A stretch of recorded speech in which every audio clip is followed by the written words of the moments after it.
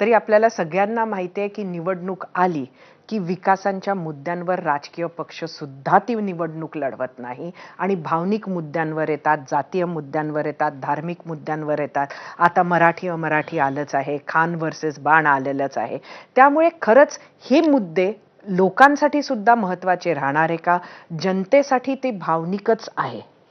बघा, आपण हे पाहतोय की गेल्या 25 वर्षामध्ये सलग महानगरपालिकेची निवडणूक आली की मराठीच्या गप्पा कोण करतं, हे एकदम स्टिरिओटाइप आहे. ह्यात काही नवीन नाही. काहीतरी उद्धव ठाकरेंनी नवीन काहीतरी करावं आणि त्यामुळे मराठी भाषेला अभिजात भाषेचा दर्जा हा पंतप्रधान नरेंद्र मोदीजींनीच दिला.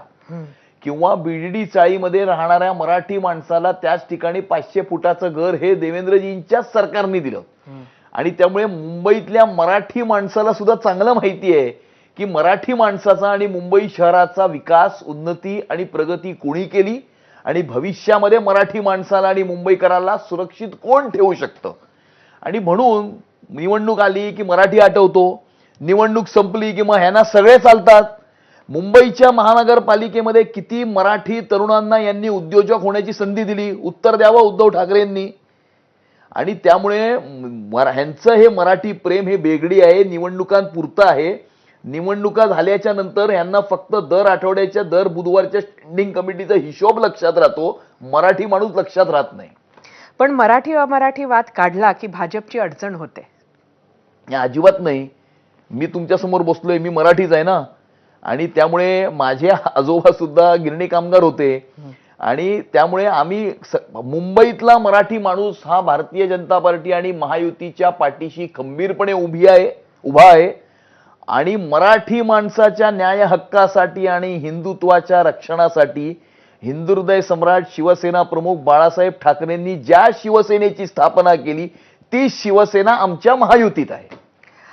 खरं तर शिवसेनेला तुम्ही गेल्या खेपेला महापौर पद जे आहे ते भाजप स्वतःकडे घेऊ शकलं असतं काही ना काही करून, पण त्यावेळेला तुम्ही ते सेनेला घेऊ दिलं, त्यावेळच्या सेनेला. त्यानंतर जेव्हा सत्तापालट झाला 22 मध्ये, तेव्हा मुख्यमंत्रीपद भाजप घेऊ शकतं असंच सगळ्यांना वाटत असताना त्यावेळेला मुख्यमंत्रीपद तुम्ही शिंदेंना दिलं. आता ह्या खेपेला ती शिवसेना जी तुमच्या बरोबर आहे त्यांना परत असं काही महापौर पद देण्याचा काही प्लॅन आहे का? असं आहे की ह्याच्यामध्ये महापौर हा कोणाचा होईल, महापौर हा महायुतीचा होईल. तो कुठल्या पक्षाचा असेल हे महत्वाचं नाहीये. तो मोदीजींच्या विजननुसार आणि देवेंद्रजींच्या मार्गदर्शनाखाली चालणार की नाही चालणार हे महत्वाचं आहे. केंद्र आणि राज्य सरकारच्या मार्फत ज्या प्रकारे विकास झाला त्या प्रकारचा विकास महानगरपालिकेच्या माध्यमातून होणार की नाही होणार हे महत्वाचं आहे. त्यामुळे कुणाचा महापौर होईल, कोण किती जागा लढेल या गोष्टी आमच्या दृष्टिकोनातून महत्वाच्या नाहीत. ज्या वेळेला योग्य वेळ येईल त्यावेळेला योग्य वेळी